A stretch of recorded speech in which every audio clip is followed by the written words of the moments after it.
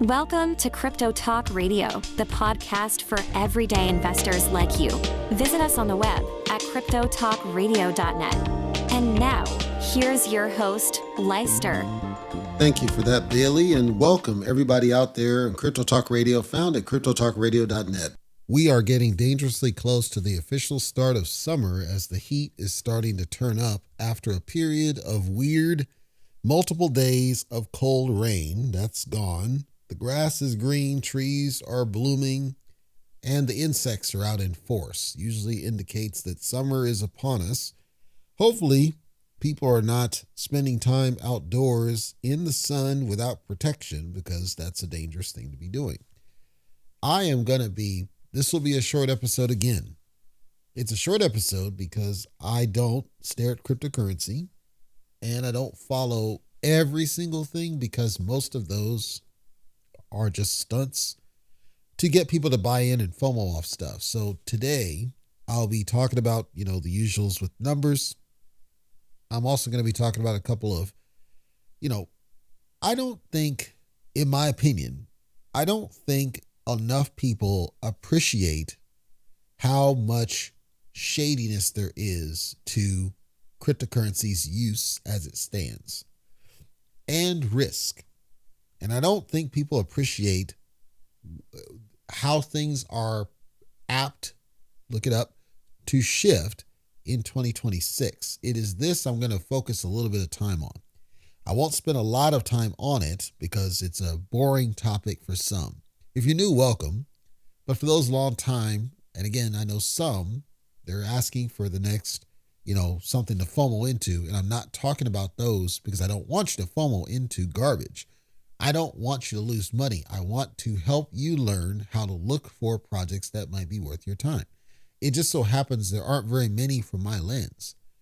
And we've not hit anything close to an altcoin season. So even if I wanted to, there hasn't been any opportunity for anything that you didn't already know about. Right now, the best buy is Bitcoin, Ethereum. I would argue Ethereum more than Bitcoin for right now, but they're both good buys. Any of the other mains can still never steer you wrong. That's why I'm going to stand on that and continue doing so. Let's talk about what we got.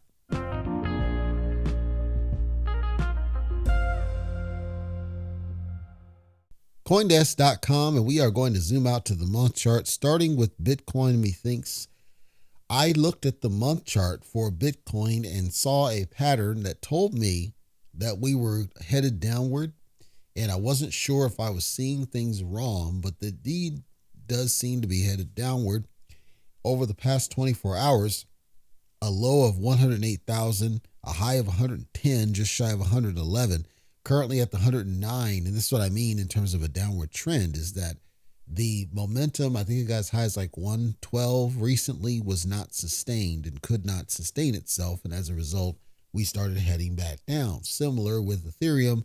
And I've said that Ethereum is usually my measure as to whether what I'm seeing is legitimate or not. Because if Ethereum does not run, usually it's a fake out. The Bitcoin pricing does not mean you cannot make money off of it, but it's a fake out. You're not going to sustain it. We're not going to get sustained money out of it.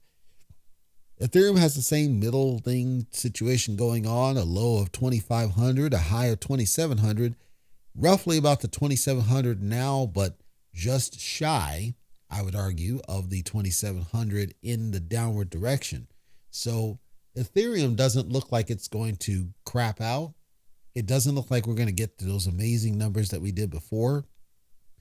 And it doesn't have the same sharpness that Bitcoin does. Bitcoin looks like it's set for going back down, possibly to the $100,000 range. That's extreme, but that's just what I see. It could be completely off and rocker, but that's what I see on the numbers. And didn't know, for those out there, I'd like to know, seriously, cryptotalk.fm, hit the comments. But I would like to know the thoughts about what's going on with Bitcoin specifically, but also Ethereum. It's been quite a few weeks that I've said Ethereum certainly isn't going up, but it's not crapping. It's just in the middle. You usually don't see this much middling behavior out of any cryptocurrency for this length of time. Now, there's one of two outcomes that we can expect. One, an explosive run-up to some sort of a crap out at some point as people kind of get tired of it. I would lean towards the explosive run up. We just don't know exactly when that's going to happen because we haven't hit a point beyond Bitcoin. And most of that, I think, is being driven by the sailor and all these other announcements that are coming out and talked about. So I'm not suggesting that anything is specifically wrong, rather that people are just kind of following the news. And maybe that's a good thing for anybody who is on the fence about buying in, because if it's true that people are just buying off of what they read, that's FOMO, certainly. But it also means that Bitcoin's price has no choice but to go further up. I would like to see a little bit more, sustainability to Bitcoin's price. If it's going to go to a place, I want to see it hold for a bit, and I've not yet seen this. So the other thing I want to see is a lot of these cryptocurrency orgs. I want to see that they are contributing in a more substantive way than what I'm currently seeing. Speaking of, Tether, who runs the USDT stablecoin, allegedly holds $120 billion of U.S. debt. It is this that I wanted to talk about, and I'm not going to go through the specifics of theirs because it doesn't matter, but on a past episode, I talked about debt, and I explained about debt instruments, and I explained that when we think about the economy and when we think about money and when we think about the value of our money and when we think about our debt ceilings and all these things, debt and debt instruments are what run the game. The selling of debt to other entities is what runs the game. The more debt you hold, the more power you hold over those assets, essentially. So a lot of these international players hold a lot of debt in terms of U.S. debt. They hold a lot of it, and that entitles them to things like interest and things like the ability to sell assets and those securities. Well, USDT holding $120 billion worth of U.S. debt is significant in of itself for two main reasons. One, it means that they are getting money from that debt. They're benefiting financially from that debt outside of their core business, that being the stablecoin. Two, it allows them to reinvest some of that recoup back into not only the business, but into other areas. It turns out that they have been investing in other businesses, United States businesses as well. Now, this is an interesting turn. If you think Circle, who issues the USDC stablecoin, you don't hear that they're doing significant, we know they're doing some, but not significant amounts of reinvestment back into the United States. However, Tether, who, if you remember, was under attack by the SEC, it turns out that they actually have a significant stake in United States debt, and they're reinvesting back into United States businesses. So the one that the SEC left alone and Gary Gensler left alone for suspicious reasons until they did the lawsuit, but before that, they left him alone. They're apparently not doing hardly anything except whining and complaining. And then you got USDT, who was under attack by that same SEC. And at one point, way back yonder, a couple of years ago, I did an update where people claimed that Tether was insolvent, and that turned out not to be true. What they meant is that Tether's assets, so we're talking how much money they bring in, were lower than their liabilities, talking about how much money that they spend out. Because it turns out they actually have a lot of assets that they've been accumulating over time in the form of securities and debt instruments to get to the position that they're at. And then that's allowed them to reinvest back into their core business, which has made them arguably stronger. Well, we don't know big picture stablecoin regulation and what that's going to take shape of. Well, what happens if they create regulation that just completely guts their ability to hold U.S. debt? I don't think they will, but what if they do? These are things that we have to take into consideration when we see organizations that are not U.S. based holding significant U.S. debt instruments and then being subject to United States regulations in the long term. I want to give a quick, this is real quick because I think it's a bunch of garbage, but if you don't listen to rap, kudos to you. But if you don't listen to rap, there's a rap group called Migos. Migos, I don't listen to that garbage, but Migos, they were one of the first that did what's called the mumble rap. That garbage, they were one of the first to do that. Recently, Migos' Insta scam account got hacked. After it got hacked, Solana, one of the people from Solana, Raj Gokal, his account, they took information from his KYC of his account. They were trying to extort him for 40 Bitcoin. They told him that you better give us this or we're going to release your information. We're going to dox you, so it's called. But instead of doing it on their own, they hacked Migos' Insta scam account to release this Solana guy's details, his photos, his personal information, after he refused to give up 40 Bitcoin. The other thing that happened, similar but not exact, if you know Amaranth, Amaranth is I'm going to call her what I feel like calling her. If you get offended, that's on you. I'm going to call her what I feel like calling her, okay? This is a girl, just like Hawk Tua girl, who attracts simps. That's what she does. She's on the YouTube side and Twitch, more Twitch than YouTube. And she does all this streaming and all this garbage while catching simps. She's a simp catcher. That's what she was.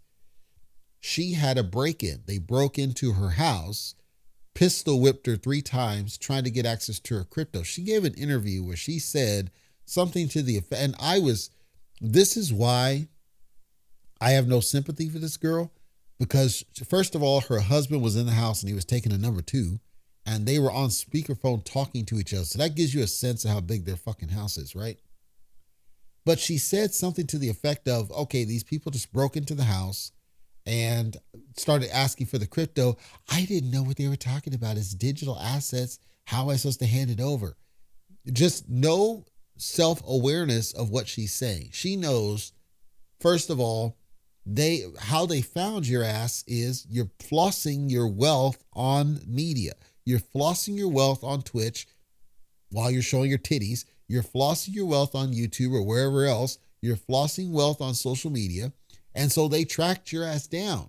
And when they tracked your ass down, they decided they were going to go after your crypto because they knew you had it.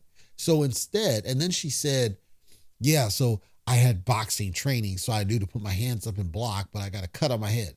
Just no self-awareness to say, is it worth this? I should not have been flossing my shit on social media.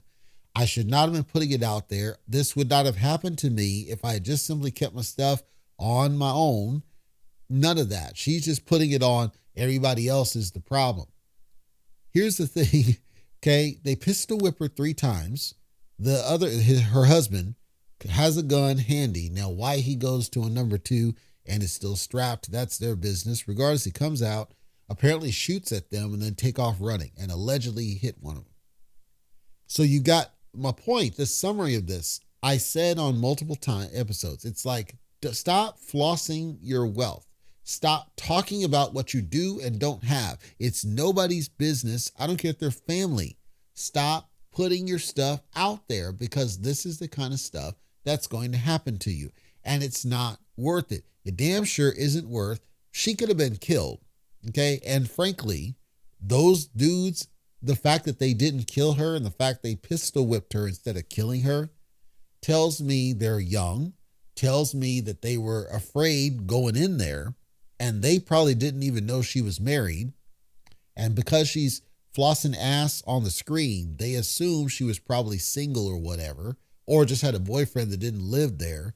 They just made basic assumptions. So when they tracked her down, and I saw the video of the security, they just walked in the front door. So her stupid ass didn't bother locking up. And I don't want to hear shit about, well, you shouldn't have to lock your doors. We're not talking about what you should or shouldn't.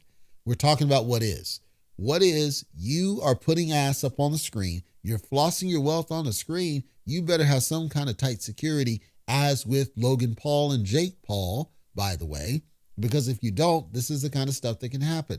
Separately, when you mess up, which is you put yourself in that situation, you need to own that. Same with this Raj dude. He put himself in that situation because he's flossing all of the information that he had out there, which put him in a situation where they were able to breach him and put his KYC out there. So it's up to you what you do. I'm telling you, if you've got any kind of cryptocurrency, I don't care how much you have, how little you have, stop telling people how much you have. That's why you've never heard me say how much I have in anything. I might tell you I just tossed a couple bucks at Project X over here. I'm certainly not telling you how much Bitcoin I have. I'm certainly not telling you a wallet address. Like, these are things that should not be distributed and should not be communicated. I can tell you right now, I don't have enough cryptocurrency to make it worth somebody trying to snap off and do something, but she said that they shot the door in. Okay. Now, if somebody shot the door, apparently, if somebody shot the door in and she still stayed upstairs, didn't do anything about it, didn't call the police, let's just say I don't believe the story. Let's just put it like that. But if somebody were to try to do that on my place, they're going to run into a problem, because the first thing they're going to run into is a cult peacemaker. So I'm saying I don't put it out there because there's no reason to. It's nobody's business. If you want to do that, you get what's coming to you because you're stupid enough to put your stuff out there for no reason. Why are you doing that? You're doing that because you want to be looked at as better than everybody else. Those people, those kind of people, don't give a damn about what you think about you being better than them. They just want what it is that you're advertising. So if you want to give them what you're advertising, that's your business. I'm going to maintain, stop flossing your stuff out there. Stop putting it out there. It's not worth it, in my opinion. What you do is what you do. Let me close up with Bitcoin, and this will be a 101. This will not take too long. So it's around an update that came out, and it has to do with this whole quantum computing and the fears that quantum computing would get to a point that it would be able to crack cryptocurrency's inherent encryption protocols and safety measures to where everything crashes and burns and fails. So this came out because Google is the one that's been pushing the whole narrative around quantum computing and what it can do, and the fact that things can be calculated much faster than before. So if you think about, if you work at a company and they have you log into some VPN, right? Sometimes they'll ask you to have a dongle or some software that you have to put in a code, and there's encryption around everything that's happening. The thought was it's extremely difficult with modern computing technology to crack these technologies. It's not difficult, ironically, it just takes time. So it's time and iterations, and it takes a long years. The quantum computing narrative came around where it said, okay, now we can actually do it much faster. It's much easier, and we might actually be able to make progress that we couldn't make before. And that got people nervous as well. We thought it's going to take multiple decades and years to be able to crack Bitcoin. And turns out, no, it's actually not going to take that long at all. It'll actually be a lot easier to do it with this quantum computing business. Google came out recently and said it's actually even easier, with, hey, probably 10 years and we'll have Bitcoin crack. So this has raised some panic again, where people are speculating that Bitcoin might need to do another split. Now, when I talk split, we obviously have Bitcoin SV, we have Bitcoin Cash, we have Bitcoin Gold. There's all these branches and forks of Bitcoin over time that were based on prior attacks or prior incidents or identification of weakness in what was going on that necessitated a branch off. And then the current Bitcoin isn't even the original Bitcoin that was. It was branched off at a point, and so now we're talking about doing it again to try to avoid what we now understand are risks that they weren't risks before because the technology hadn't advanced that far. Well, that's got people a little nervous. It's like, okay, well, I own this Bitcoin now. If it forks off, what exactly is going to happen? What does that mean? And I wanted to just break down how this happens and what this looks like and what this really means. Okay. So when there's a split, when they fork it off, when they're trying to avoid some situation, what they're saying is that they basically say, okay, we're going to redo the core of what the network is doing. So in this case, Bitcoin. We're going to redo the code to harden it, it's referred to, make it tighter, make it more rigid, more robust against these kinds of attacks. So instead of something where it just takes time to crack it, but it's basically the same algorithm, they would use more scrambling mechanisms and things to make it more difficult, even for quantum computing to crack it.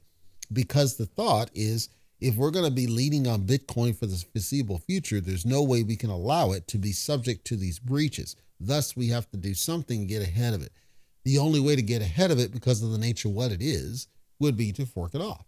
So you would end up, ironically, with this new type of Bitcoin that is designed to be essentially more resistant to these kinds of attacks. And then the Bitcoin you currently know and currently transact would be kind of a lesser version still available.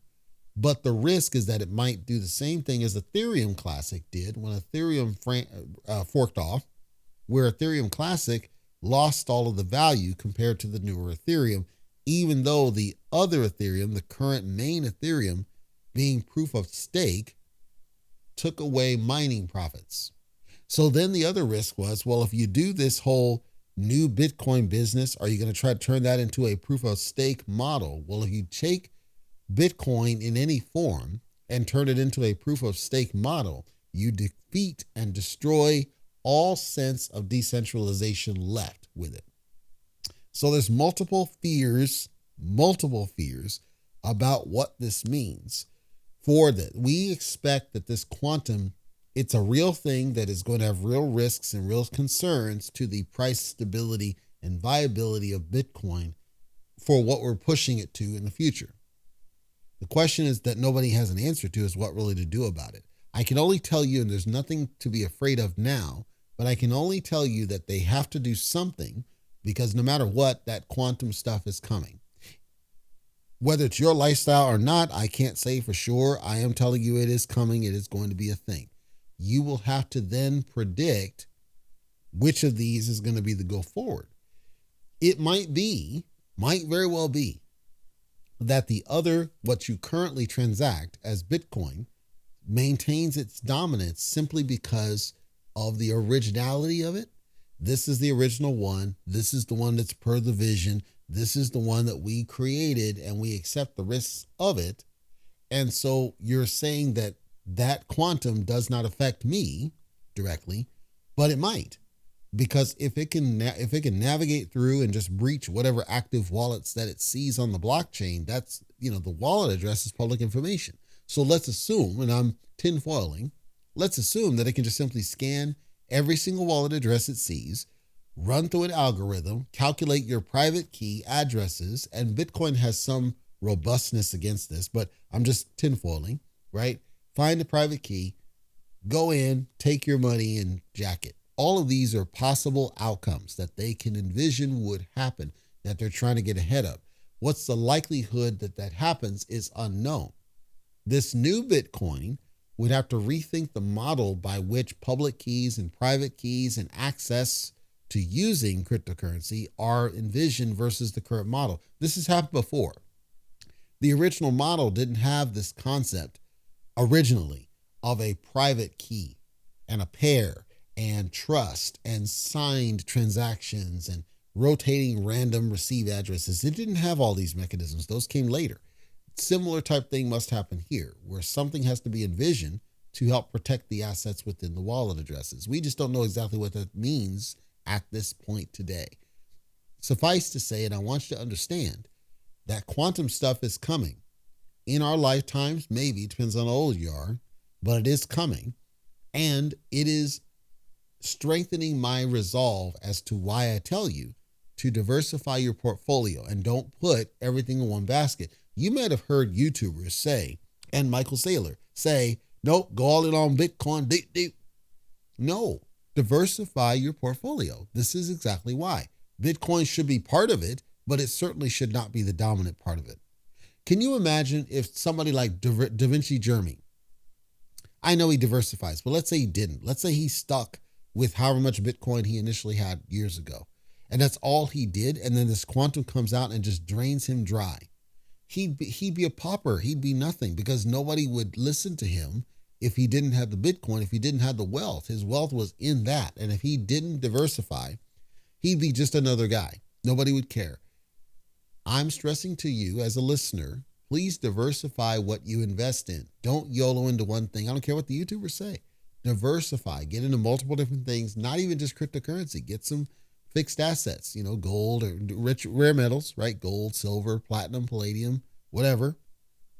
Get some of those. Get bonds, get stocks, get savings accounts, get Diversify, do a bunch of different things because we have no idea what the future holds for any of this stuff. And if you're trying to be a millionaire overnight, that's not going to happen either.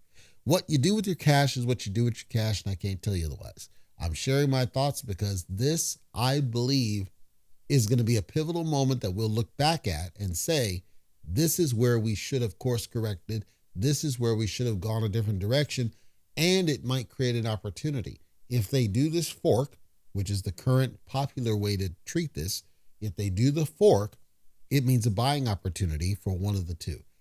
And we have to see which one's going to win out. It might be, and if they go proof of stake, I guarantee it's going to kill the thing. Proof of stake is the worst thing to happen to Ethereum, kill the business. Hopefully they don't do that much. That would be terrible. Hopefully they leave at least that much alone. But they would have to maintain the current difficulty, so I don't think it's going to necessarily benefit mining profits. If they kept proof of work, I don't know. I'm stressing simple message, diversify. Get multiple type of assets. Make sure you keep multiple type of access because we just don't know what the future holds. I don't, you don't, nobody does. Not even Sailor.